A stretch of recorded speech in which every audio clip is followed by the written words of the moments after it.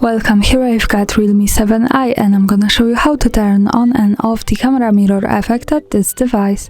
So at first we have to tap on the camera button to open it, and for now we are in the standard photo mode with the back camera.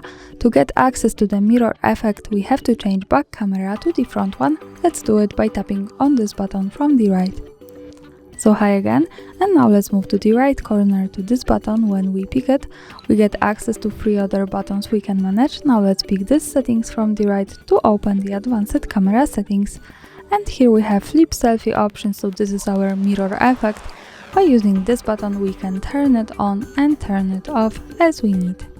And that's all, thanks for watching, subscribe our channel and leave the thumbs up.